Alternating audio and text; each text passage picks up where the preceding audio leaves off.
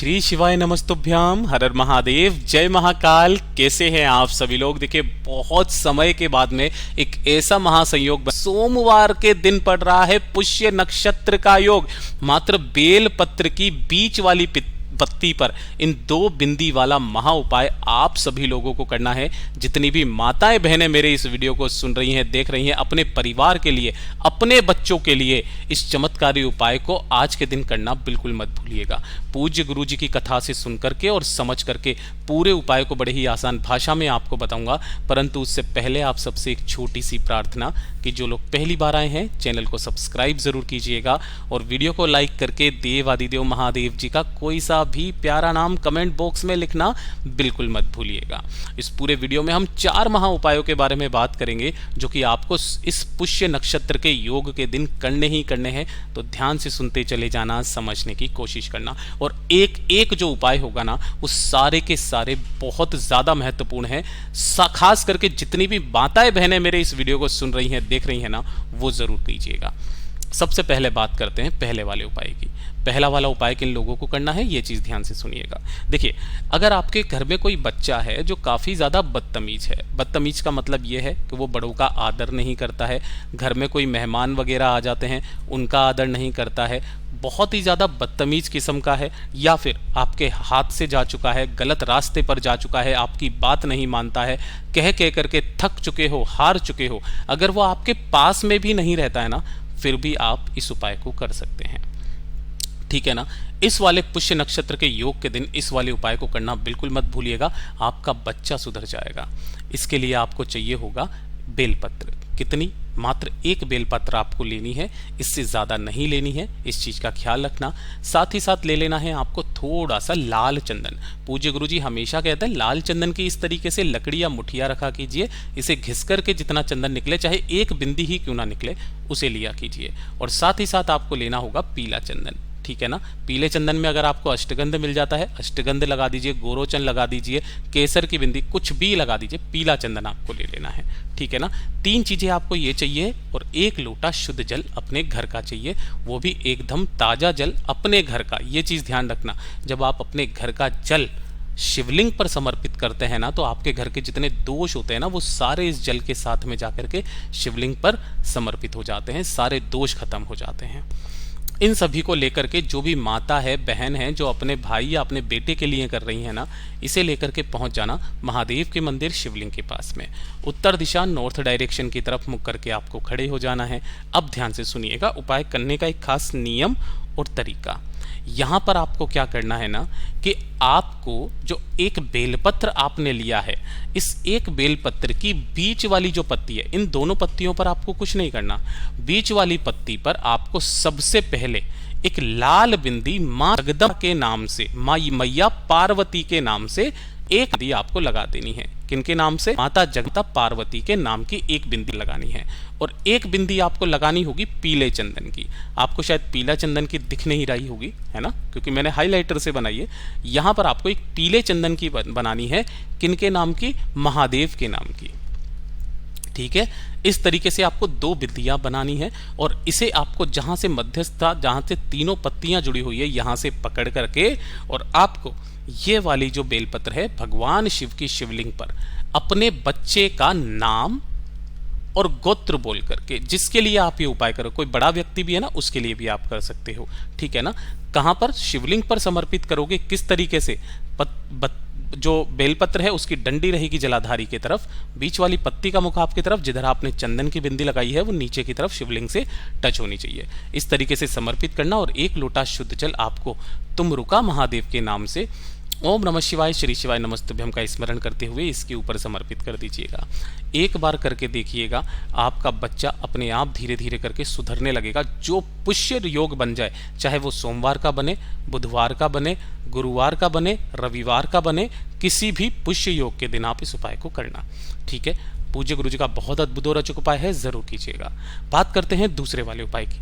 ये जो दूसरा वाला उपाय है ना, आपके उन बच्चों के लिए है, अगर आप चाहते हो कि आपका बच्चा या बच्ची कोई भी है आपके घर में, वो पढ़ाई लिखाई में होशियार बने, वो जो भी पढ़े उसको याद हो जाए। अगर याद करने की क्षमता उनकी कम है, पढ़ाई लिखाई में कमजोर है, आप चाहते हैं वो होशियार बने, ये वाला उपाय करना बिल्कुल भी मत भूलिएगा। आपका बच्चा हमेशा अव्वल आएगा। पूज्य गुरु जी का इतना अद्भुत और अचूक उपाय है ये, जो कि सिर्फ और सिर्फ पुष्य योग के दिन, जिस दिन पुष्य नक्षत्र का योग बनता है उस दिन किया जाता है। और इस बार तो सोमवार का पुष्य नक्षत्र है, करना ही करना है आपको। एक लेना है पान का पत्ता, ठीक है, इससे ज्यादा कुछ नहीं, केवल एक पान का पत्ता लेना। थोड़ा सा लेना होगा आपको लाल चंदन या पीला चंदन, जो चंदन आपको मिल जाए वो चंदन ले लेना, कोई दिक्कत नहीं है, दोनों में से कोई सा भी चंदन। और एक लोटा शुद्ध जल अपने घर का ले लेना, ठीक है ना। अब आपको किस तरीके से उपाय करना है, देखिए अगर बच्चा खुद करता है तो बहुत अच्छी बात है, वरना उसकी माता भी इस उपाय को कर सकती हैं।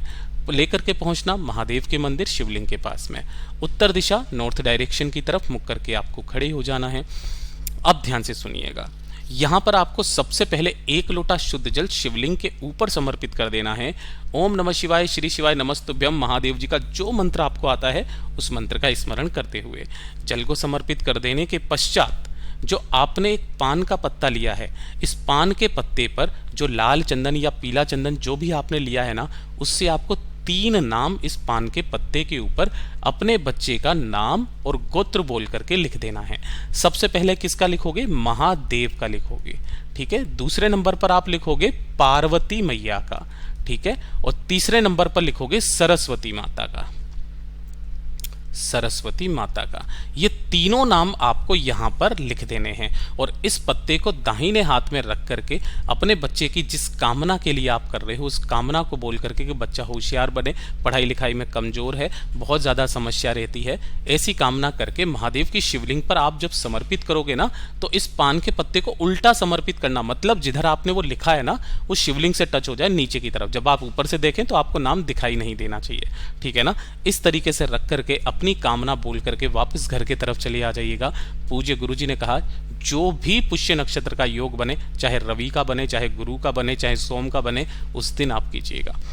आपका बच्चा पढ़ाई लिखाई में होशियार हो जाएगा, उसे कहने की जरूरत नहीं पड़ेगी, खुद ब खुद पढ़ने बैठ जाएगा। बात करते हैं तीसरे वाले उपाय की। तीसरा वाला जो उपाय है ये किन लोगों को करना है, ये चीज ध्यान से सुनिएगा कि अगर आपका बच्चा आपकी बात नहीं मानता है ना, साथ ही साथ बहुत ज्यादा गुस्सा करता है, बात नहीं मानता, गुस्सा बहुत ज्यादा करता है, क्रोध बहुत ज्यादा करता है, चिड़चिड़ापन बहुत ज्यादा है अगर उसके अंदर, है ना, बहुत ज्यादा चिड़चिड़ प्रवृत्ति के स्वभाव का बच्चा है, तो इस वाले उपाय को करना बिल्कुल मत भूलिएगा। देखिए थोड़ा सा लेना होगा आपको पीला चंदन, ठीक है ना, ज्यादा नहीं लेना, थोड़ा सा आपको पीला चंदन ले लेना है और इसी के साथ में आपको चाहिए होगी काली मिर्च। अब काली मिर्च कितनी लेनी है, आप जिस भी बच्चा या बच्ची के लिए इस उपाय को कर रहे हो उसकी उम्र के बराबर, अगर वो 10 साल का, अगर उसने 10 साल पूरे कर लिए हैं ना तो आपको 10 लेनी है, 11 साल पूरे कर लिए हैं तो 11 लेनी है, 12 साल पूरे कर लिए हैं तो 12 लेनी है। इस तरीके से आपको काली मिर्च ले लेनी है। एक लोटा शुद्ध जल अपने घर का ले लेना, एकदम ताजा जल अपने घर का, तांबे के कलश, और इसे लेकर के पहुंचना महादेव के मंदिर शिवलिंग के पास। उत्तर दिशा नॉर्थ डायरेक्शन की तरफ मुख करके आपको खड़े हो जाना है। जो आपने सबसे पहले पीला जो लिया है ना, उस पीले चंदन को माता अशोक सुंदरी के स्थान पर अच्छे से आपको लेपन करना है, अपने बच्चे का नाम और गोत्र बोल करके पीले चंदन से माता अशोक सुंदरी के ऊपर लेपन करना है और अपने दाहिने हाथ में उन सभी काली मिर्च के दानों को लेकर के अपने बच्चे का नाम और गोत्र बोल करके तुमरुका महादेव जी के नाम से शिवलिंग के ठीक ऊपर समर्पित कर देना। एक लोटा शुद्ध जल जो आप लेकर के आए हो, ओम नमः शिवाय, श्री शिवाय नमस्तुभ्यम पंचाक्षरी मंत्र या षडाक्षरी मंत्र का स्मरण करते हुए शिवलिंग पर समर्पित करना और जो भी जल बहता बहता जलाधारी से नीचे की तरफ आए उस जल को आना है और इस जल को अपने बच्चे को इसका आचमन आपको करा देना है।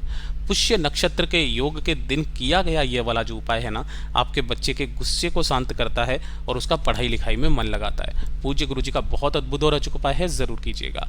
बात कर लेते हैं चौथे वाले उपाय की। चौथा वाला जो उपाय है ये भी आपके बच्चे को बुद्धिमान बनाने के लिए है कि अगर आपका बच्चा पढ़ाई लिखाई में थोड़ा सा कमजोर है, परीक्षा बार बार देता है लेकिन परीक्षा में अच्छे नंबर नहीं आ रहे हैं उसके, काफी समय से किसी परीक्षा के लिए वो कोशिश कर रहा है लेकिन पास नहीं कर पा रहा है, एक छोटा सा उपाय कीजिएगा। आपको लेनी होगी मात्र एक बेलपत्र जो कहीं से भी खंडित ना हो और थोड़ी सी मात्र 2 बूंद आपको शहद की लेनी है, ठीक है ना, इस तरीके से देशी शहद लेना है ना, और एक लोटा शुद्ध जल अपने घर का ले लेना, एकदम ताजा जल, ठीक है। और इसे लेकर के पहुंचना महादेव के मंदिर शिवलिंग के पास में। जैसे ही आप यहाँ पर पहुंचोगे उत्तर दिशा नॉर्थ डायरेक्शन की तरफ मुख करके आपको खड़े हो जाना है, ठीक है ना।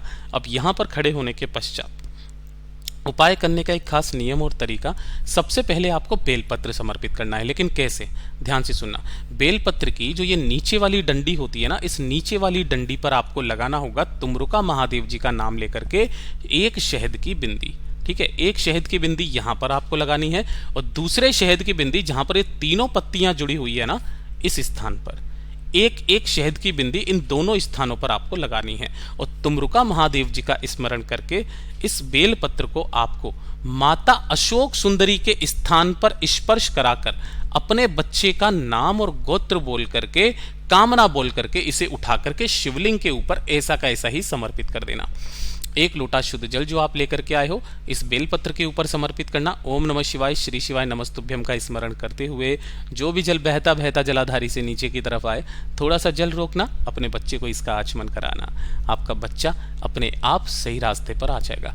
इस वाले उपाय को कोई ज़रूरी नहीं है पुष्य नक्षत्र योग के दिन करें, इसे किसी भी सोमवार के दिन आप इस उपाय को कर सकते हैं। पूज्य गुरु जी के सभी उपाय बहुत ही ज़्यादा खास और अद्भुत है, ज़रूर कीजिएगा।